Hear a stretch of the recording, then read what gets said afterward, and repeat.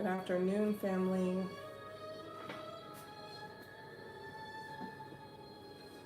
Okay, so for those of you that have not been following, or maybe you have, but you may not have me on Facebook, I've been sick. And so from Tuesday last week, which we were on 2 Kings 3 on Tuesday, till Friday, basically, which we would have ended at 2 Kings 22, I was sick. I was not able to come on and read. The week before that, I was also sick too, but I still came on. I was trying to fight it, but my body was like, and I'm still fighting it. You can probably hear it in my voice right now that I'm still pretty congested, still having a lot of drainage, allergies. And so I was just kind of re-listening to last week's, and I'm like, man, there's so many nuggets in those days that I'm either going to have to catch those up over the weekend, or I don't know. Because I was like, if I start there, then that's going to put us behind schedule as far as finishing in December, unless I was to double up chapters and do like 2 extra chapters or 3 extra chapters a day until I got caught up. So I'm still kind of playing with what I want to do. I may just go live and at least do like the recaps for each one of those 5 chapter segments. So that would be 1, 2, 3, 4 days that I would do recaps. That way we at least have a video for it. I just probably won't read, but I definitely want to make sure that I cover those notes because it's a very prophetic book. Kings is like one of my favorite books when it comes to the prophetic, and I want to make sure that I cover the lessons in the book of Kings. So just be praying for me as far as how I'm going to make that time up, but I definitely want to make that time up for you guys and just so that y'all have notes too. But as for today, we are on week 15 of the year. Out of 52 weeks, we're on week 15, and we're going to be reading 2 Kings 23 through 1 Chronicles 2 today. And then I'll do the recap for that one at the end of, our reading. At the end of our time, if y'all hear some mowing in the background, they decided to wait until this time to mow the lawns, which usually they do it at like 8 in the morning because they want to get out of the heat. But today they're doing it a little late. So let me put my mute on so that y'all don't hear all my notifications going off. And then let me pull my notes up for the 2 Kings 23 too.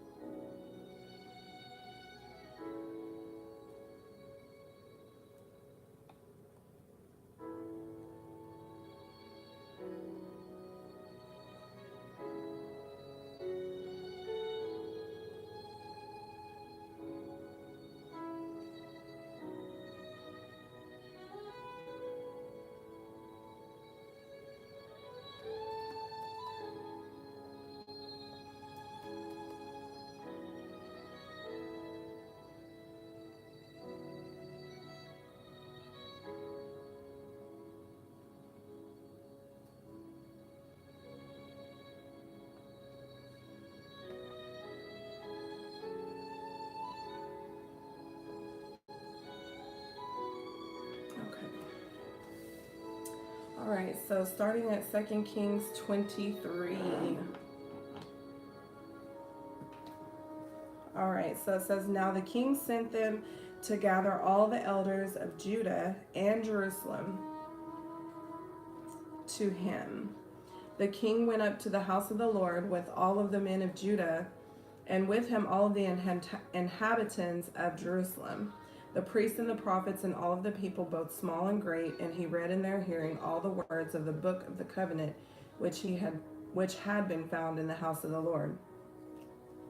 Then the king stood by a pillar and made a covenant before the Lord to follow the Lord and to keep his commandments and his testimonies and his statutes with all of his heart, with all of his soul, and with all of his might, to perform the words of this covenant that were written in this book. And all the people took a stand for the covenant. And the king commanded Hilkiah the high priest, the priest of the second order, and the doorkeepers to bring out of the temple of the Lord all the articles that were made for Baal, for Asherah, and for all the host of heaven. And he burned them outside of Jerusalem in the fields of Kidron, and carried their ashes to Bethel. This is important right here because it says, for Baal, Asherah, which we know those are bad, but the host of heaven too, because some of the forbidden books teach you to worship the hosts, the different types of angels and things like that. So he's getting rid of all of that, right? And burned them outside of Jerusalem in the fields of Kidron, and carried their ashes to Bethel. Then he removed the idolatrous priests whom the kings of Judah had ordained to burn incense in the high places, in the cities of Judah and in the places all around Jerusalem, and those who burned incense to Baal, to the sun, to the moon, to the constellations, and to all the host of heaven. And he brought out the wooden image from the house of the Lord to the brook Kidron outside of Jerusalem, and burned it at the brook Kidron, and ground it into ashes, and threw its ashes on the graves of the common people.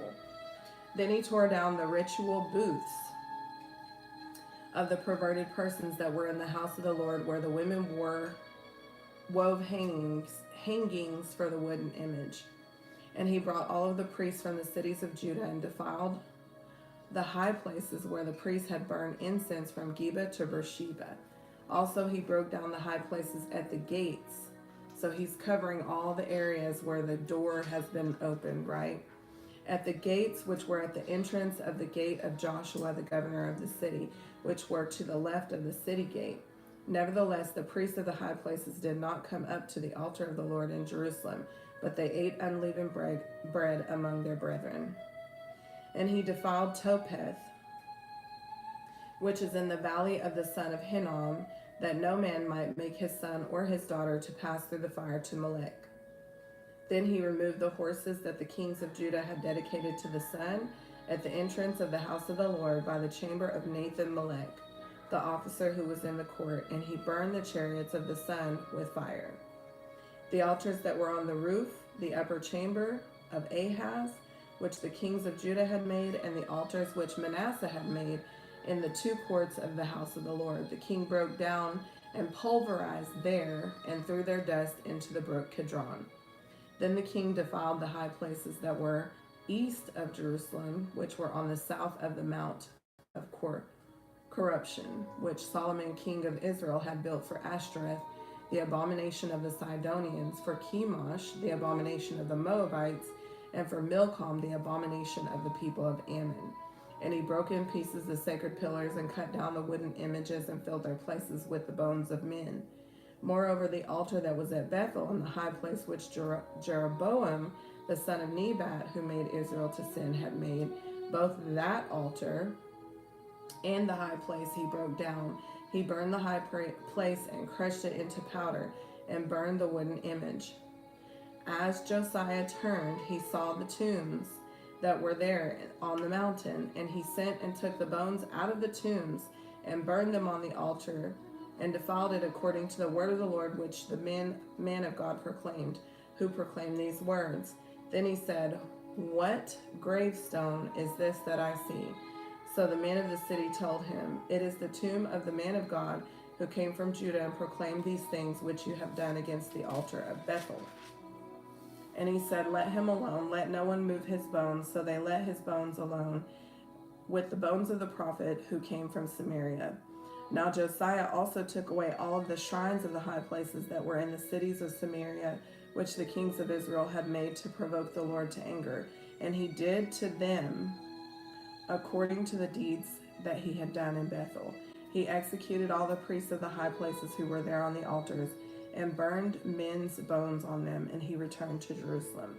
Then the king commanded all the people, saying, "Keep the Passover of the Lord your God, as it is written in this book of the covenant." Such a Passover surely had never been held since the days of the judges who judged Israel, nor in all of the kings of Israel and the kings of Judah.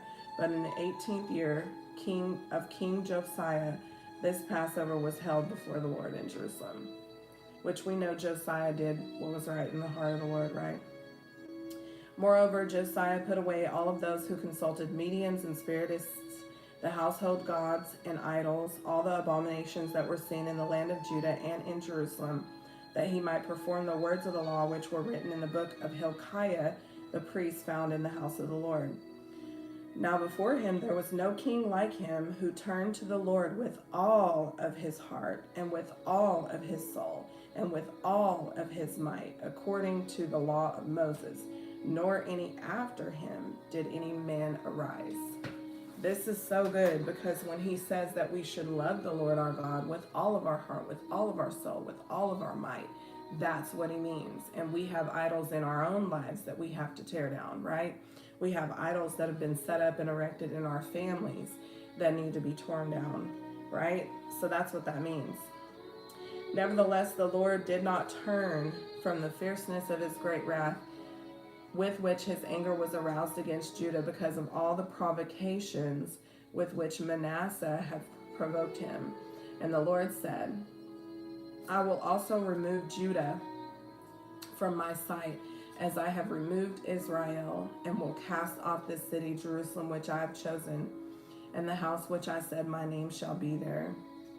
Now the rest of the acts of Josiah and all that he did, are they not written in the book of the Chronicles of the kings of Judah? In his days, Pharaoh Necho, king of Egypt, went to the aid of the king of Assyria to the river Euphrates, and King Josiah went against him, and Pharaoh Necho killed him at Megiddo when he confronted him. Then his servants moved his body in a chariot from Megiddo, brought him to Jerusalem, and buried him in his own tomb. And the people of the land took Jehoahaz, the son of Josiah, anointed him, and made him king in his father's place. Jehoahaz was 23 years old when he became king, and he reigned 3 months in Jerusalem. His mother's name was Hamutal, the daughter of Jeremiah of Libnah. And he did evil in the sight of the Lord, according to all that his fathers had done. Now Pharaoh Necho put him in prison at Riblah in the land of Hamath, that he may not reign in Jerusalem. And he imposed on the land a tribute, 100 talents of silver and a talent of gold. Then Pharaoh Necho made Eliakim, the son of Josiah, king in his place, in the place of his father Josiah, and changed his name to Jehoiakim. And Pharaoh took Jehoahaz and went to Egypt, and he died there. So Jehoiakim gave the silver and the gold to Pharaoh, but he taxed the land to give money according to the command of Pharaoh. He exacted the silver and gold from the people of the land, from everyone according to his assessment, to give it to Pharaoh Necho. Jehoiakim was 25 years old when he became king, and he reigned 11 years in Jerusalem. His mother's name was Zebudah, the daughter of Pedaiah and Rumah. And he did evil in the sight of the Lord, according to all of his fathers had done. Chapter 24. In his days, Nebuchadnezzar, king of Babylon, came up, and Jehoiakim became his vassal for 3 years. Then he turned and rebelled against him. And the Lord sent against him raiding bands of Chaldeans, bands of Syrians, bands of Moabites, and bands of the people of Ammon. He sent them against Judah to destroy it, according to the word of the Lord which had been spoken by his servants the prophets. Surely at the commandment of the Lord this came upon Judah, to remove them from his sight because of the sins of Manasseh, according to all that he had done, and also because of the innocent blood that he had shed. For he had filled Jerusalem with innocent blood, which the Lord would not pardon. Now the rest of the acts of Jehoiakim and all that he did, are they not written in the book of the Chronicles of the Kings? So Jehoiakim rested with his fathers, and Jehoiakim and his son, and Jehoiakim his son reigned in his place. And the king of Egypt did not come out of his land any more, for the king of Babylon had taken all that belonged to the king of Egypt, from the brook of Egypt to the river Euphrates. Jehoiakim was 18 years old when he became king, and he reigned in Jerusalem 3 months. His mother's name was Nehushta, the daughter of Elnathan of Jerusalem. And he did evil in the sight of the Lord, according to all his father had done. At that time the servants of Nebuchadnezzar, king of Babylon, came against Jerusalem, and the city was besieged, and Nebuchadnezzar, king of Babylon, came against the city as the servants were besieging it. And Jehoiakim, king of Judah, his mother, his servants, his princes, and his officers went out to the king of Babylon, and the king of Babylon in the 8th year of his reign took him prisoner. He carried him out from there all the treasures of the house of the Lord and the treasures of the king's house, and he cut in pieces all the articles of gold which Solomon king of Israel had made in the temple of the Lord, as the Lord had said. He also carried into captivity all of Jerusalem, all the captains and the mighty men of valor, 10,000 captives, and the craftsmen and the smiths.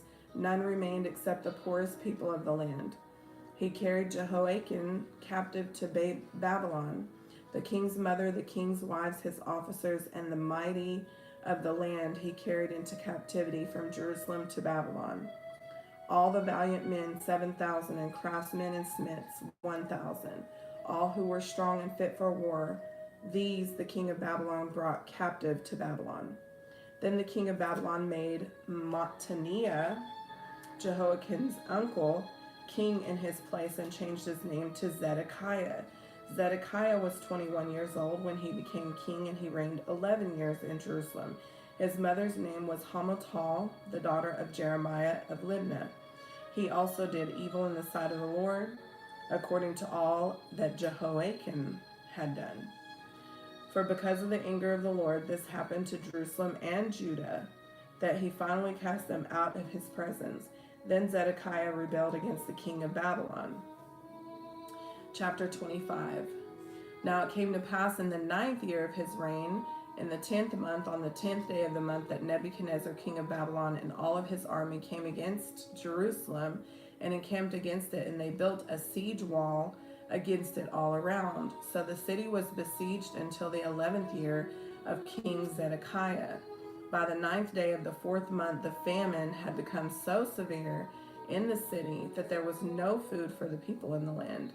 Then the city wall was broken through, and all the men of war fled at night by way of the gate between the two walls, which was by the king's garden, even though the Chaldeans were still encamped all around and against the city. And the king went by way of the plain. But the army of the Chaldeans pursued the king. They overtook him at the plains of Jericho. All of his army was scattered from him. So they took the king and brought him up to the king of Babylon at Riblah, and they pronounced judgment on him. Then they killed the sons of Zedekiah before his eyes, put out the eyes of Zedekiah, bound him with bronze fetters, and took him to Babylon. In the 5th month, on the 7th day of the month, which was the 19th year of King Nebuchadnezzar, the king of Babylon, Nebuzaradan, the captain of the guard, a servant of the king of Babylon, came to Jerusalem. He burned the house of the Lord and the king's house and all the houses of Jerusalem, that is, all the houses of the great that he burned with fire. And all the army of the Chaldeans who were with the captain of the guard broke down the walls of Jerusalem all around. Then Nebuzaradan, the captain of the guard, carried away captive the rest of the people who remained in the city, and the defectors who had deserted to the king of Babylon, with the rest of the multitude. But the captain of the guard left some of the poor of the land as vine dressers and as farmers. The bronze pillars that were in the house of the Lord, and the carts and the bronze sea that were in the house of the Lord, the Chaldeans broke into pieces and carried their bronze to Babylon. They also took away the pots, the shovels, the trimmers, the spoons, and all of the bronze utensils which the priests used to minister, the fire pans and the basins, things of solid gold and solid silver, the captain of the guard took away. The 2 pillars, one sea, and the carts which Solomon had made for the house of the Lord. The bronze of all of these articles was beyond measure. The height of one pillar was 18 cubits, and the capital on it was bronze. The height of the capital was 3 cubits, and the network and the pomegranates all around the capital were all bronze. The second pillar was the same, with the network. And the captain of the guard took Seraiah, the chief priest, Zephaniah the second priest, and the 3 doorkeepers. He also took out of the city an officer who had charge of the men of war, 5 men of the king's close associates who were found in the city, the chief recruiting officer of the army who mustered the people of the land, and 60 men of the people of the land who were found in the city. Now Nebuzaradan, captain of the guard, took these and brought them to the king of Babylon at Riblah. Then the king of Babylon struck them and put them to death at Riblah in the land of Hamath.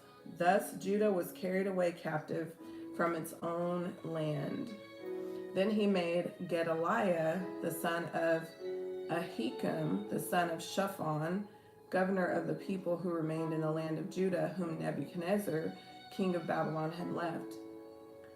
Now when all the captains of the armies, they and their men, heard that the king of Babylon had made Gedaliah governor, they came to Gedaliah at Mizpah. Ishmael the son of Nethaniah, Johanan the son of Kareah, Seraiah the son of Talmith, the Nephatite, and Jahazniah the son of the Maacathite, they and their men. And Gedaliah took an oath before them and their men, and said to them, Do not be afraid of the servants of the Chaldeans. Dwell in this land, and serve the king of Babylon, and it shall be well with you. But it happened in the 7th month that Ishmael the son of Nethaniah, the son of Elshama, the royal family, came with 10 men, struck and killed Gedaliah, the Jews, as well as the Chaldeans who were with him in Mizpah. And all the people, small and great, and the captains of the armies arose and went to Egypt, for they were afraid of the Chaldeans. Now it came to pass in the 37th year of the captivity of Jehoiakim, king of Judah, in the 12th month, on the 27th day of the month, that evil Merodach, king of Babylon, in the year he began to reign, released Jehoiakim, king of Judah, from prison. He spoke kindly to him and gave him a more prominent seat than those of the kings who were with him in Babylon. So Jehoiakim changed from his prison garments, and he ate bread regularly before the king all of the days of his life. And as for his provisions, there was a regular ration given by the king, a portion for each day, all of the days of his life. That's a good way to end, but it's still sad. It's still sad. Okay, and then I think it's Chronicles 1 and 2. So First Chronicles is going to be like a little bit of the genealogy, and then chapter 2. So chapter 1, the family of Adam, Seth to Abraham. Adam, Seth, Enosh, Canaan, Mahalalel, Jared, Enoch, Methuselah, Lamech, Noah, Shem, Ham, Japheth. The sons of Japheth were Gomer, Magog, Madai, Javan, Tubal, Meshach, and Tiras. The sons of Gomer were Ashkenaz, Diphthah, and Togarmah. The sons of Javan were Elishah, I hope I'm saying that right, Elishah, I don't know, Tarshishah, Kittim, and Rodanim. The sons of Ham were Cush, Mizraim, Put, and Canaan.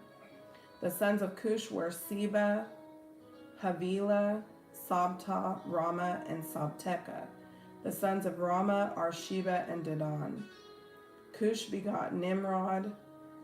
He began to be a mighty one in the earth.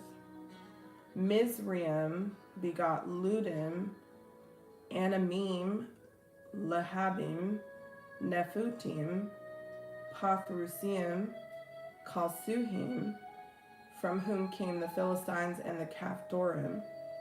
Canaan begot Sidon, his firstborn, and Heth, the Jebusite, the Amorite, and the Girgashite, the Hivite, the Archite, and the Sinite, the Arvadite, the Zimmerite, and the Hamathite. The sons of Shem were Elam, Asher, Arphaxad, Lud, Aram, Uz, Hol, Gether, and Meshech. Arphaxad begot Shelah, and Shelah begot Eber. To Eber were born two sons, the name of one Peleg, for in his days the earth was divided, and his brother's name was Joktan. Joktan begot Alomad, Sheleth, Hazmaveth, Jerah, Hadaram, Uzal, Dikla, Ebal, Abimael, Sheba, Ophir, Havilah, and Jobab. All of these were the sons of Joktan. Shem, Arphaxad, Shelah, Eber, Peleg, Reu, Serug, Nahor, Terah, and Abram, who is Abraham. The sons of Abraham were Isaac and Ishmael. These are their genealogies. The firstborn of Ishmael was Nebahoth, then Kedar, Adbeel, Mibsam, Mishma, Duma, Massa, Hadad, Tema, Jether, Naphish, and Kedma. These are the sons of Ishmael. Now the sons born to Keturah, Abraham's concubine, were Zimrim, Jokshan, Medan, Ishbak, and Shua. The sons of Jokshan were Sheba and Dedan. The sons of Midian were Ephah, Epher, Hanok, Abida, and Eldah. All of these were the children of Keturah. And Abraham begat Isaac. The sons of Isaac were Esau and Israel. The sons of Esau were Eliphaz, Reuel, Jeush, Jalem, and Korah. And the sons of Eliphaz were Teman, Omar, Zephi, Gatam, Kenaz, and Timnah, and Amalek. The sons of Reuel were Nahath, Zerah, Shammah, and Mizah. The family of Seir. The sons of Seir were Lotan, Shobal, Zibeon, Anath, Dishon, Ezer, and Dishan. And the sons of Lotan were Hori and Homan. Lotan's sister was Timnah. The sons of Shobal were Alian, Manahath, Ebal, Shephi, and Onim. The sons of Zibeon were Ahiah and Anna. The son of Anna was Dishon. The son of Dishon were Hamron, Eshbon, Ithron, and Charon. The sons of Ezer were Bilhan, Zavon, Jachin. The sons of Dishon were Uz and Aran. Now these were the kings who reigned in the land. Edom, before a king reigned over the children of Israel, Bela the son of Beor, and the name of this city was Dinabeh. I hope I'm saying that right. And when Bela died, Jobab the son of Zariah and Bozrah reigned in his place. When Jobab died, Husham, the land of the Temanites, reigned in his place. And when Husham died, Hadad, the son of Bedad, who attacked Medium in the field of Moab, reigned in his place. The name of this city was Avith. When Hadad died, Salma of Masreka reigned in his place. And when Samlah died, Saul of Rehoboth by the river reigned in his place. When Saul died, Baal-Hanan, the son of Achbor, reigned in his place. And when Baal-Hanan died, Hadad reigned in his place. And the name of the city was Pai, or Pei. His wife's name was Metabel, the daughters of Matrid, the daughter of Mezhab. Hadad also died, and the chiefs of Edom were Chief Timnah, Chief Aliah, Chief Jetheth, I hope I'm saying that right, Chief Abi-Lemoah, Chief Elah, Chief Pinon, Chief Kenaz, Chief Teman, Chief Mizbar, Chief Magdiel, Chief Aram. These were the chiefs of Edom. Which some of those names you'll recognize, but a lot of them you won't because there's not a lot written on them. Chapter 2, these were the sons of Israel: Reuben, Simeon, Levi, Judah, Issachar, Zebulun, Dan, Joseph, Benjamin, Naphtali, Gad, and Asher. The sons of Judah were Onan, and Shelah. These three were born to him by the daughter of Shua the Canaanitess. The firstborn of Judah, was wicked in the sight of the Lord, so he killed him. And Tamar, his daughter-in-law, bore him Perez and Zerah. All of the sons of Judah were 5. The sons of Perez were Hezron and Hamul. The sons of Zeriah were Zimri, Ethan, Himon, Calcul, and Dara, 5 of them in all. The son of Carmi was Acre, the troubler of Israel, who transgressed in the accursed thing. The son of Ethan was Azariah. Also the sons of Hezron who were born to him were Jerahmeel, Ram, and Chelubah. Ram begot Aminadab, and Aminadab begot Nahashon, leader of the children of Judah. Nahashon begot Salma, and Salma begot Boaz. Boaz begot Obed, and Obed begot Jesse. Jesse begot Eliab, his firstborn, Abinadab the second, Shimeah the third, Nathaniel the fourth, Radai the fifth, Ozim the sixth, and David the seventh.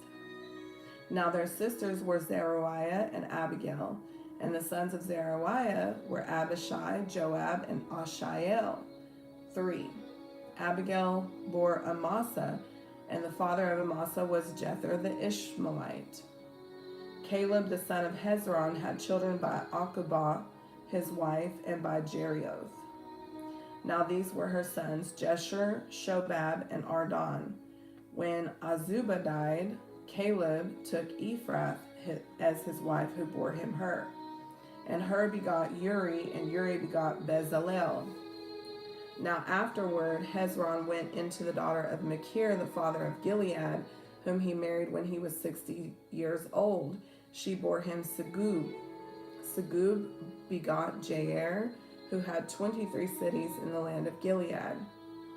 Jeshur and Syria took from them the towns of Jair, with Kenath and its towns, 60 towns.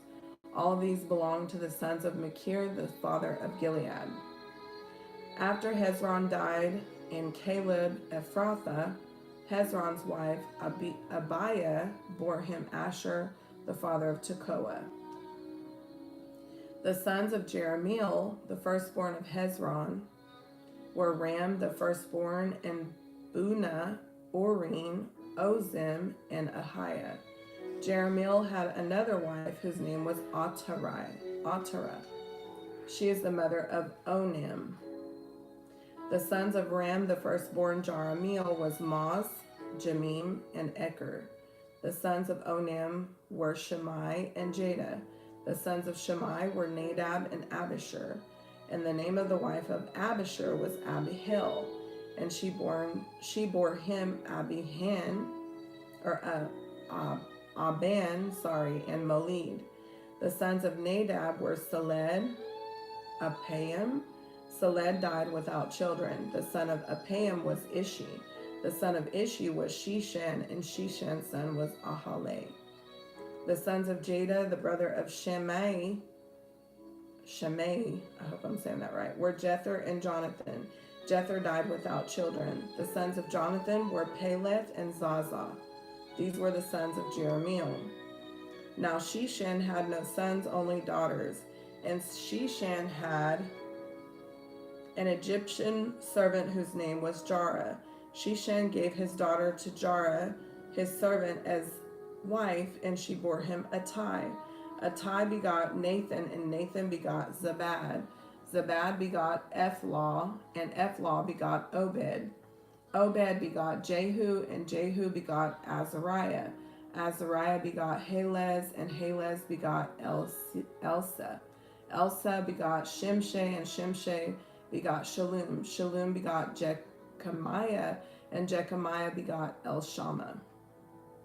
The descendants of Caleb, the brother of Jeremiel, were Misha, his firstborn, who was the father of Ziph, and the sons of Marisha, the father of Hebron. The sons of Hebron were Korah, Tapua, Rechem, and Shema. Shema begot Raham, the father of Jorkim, and Rechem begot Shammai. And the son of Shammai was Maon, or Mon, maybe, and Mon was the father of Beth-zur. Ephah, Caleb's concubine, bore Haran, Moza, and Gazez, and Haran begot Gazez. And the sons of Jehadai were Regem, Jotham, Geshan, Pelet, Ephah, and Saph. Maacah, Caleb's concubine, bore Sheber and Tirhana. She also bore Shaph, the father of Madmannah. Sheba, the father of Machbenah, and the father of Gibeah, and the daughter of Caleb was Oxa. These were the descendants of Caleb. The sons of Hur, the firstborn, Ephrathah, were Shobal, the father of Kiriath Jearim, Salma, the father of Bethlehem, Hareph, the father of Baal-Gadir, and Shobal, the father of Kiriath Jearim, had descendants. Haroeh, and the half of the families of Manuhoth. I hope I'm saying that right. The families of Kiriath Jearim were the Ithrites, the Puthites, the Shumathites, and the Mishraites. From these came the Zorathites and the Eshtolites. The sons of Salma were Bethlehem, the Netophathites.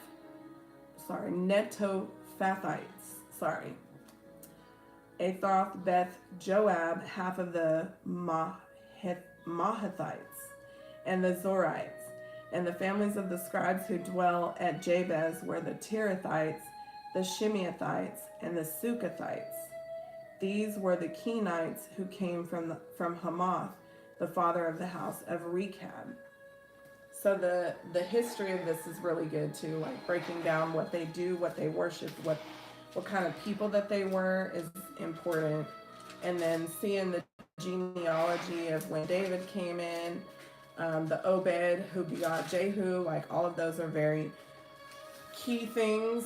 The tribes, seeing Noah, Shem, Ham, Japheth. At this point, it's still listing all 12 tribes,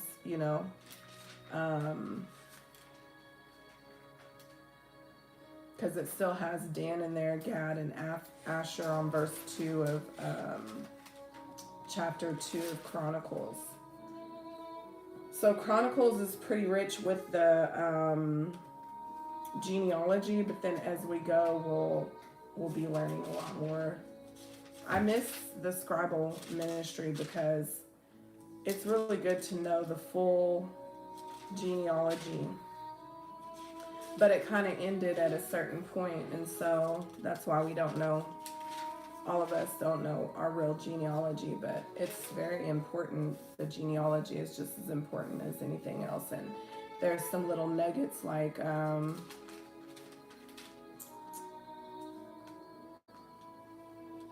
when it talks about some that die without having children, and then there's just little things in there. It'll say whether they were righteous. You know, like normally in the genealogy, it won't say certain things unless it was something that was super important that you needed to take note of. And so I love that. I love that they put certain things even in the genealogy. It kind of gives you hints to know how to study or what to look up or what you need to learn about. So, okay, so 2 Kings 18. We're going to do the breakdown.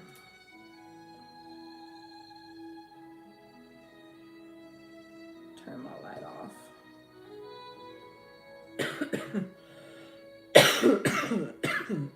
Excuse me. I'm still very congested. All right, so it says 2 Kings 18, obedience restores spiritual authority.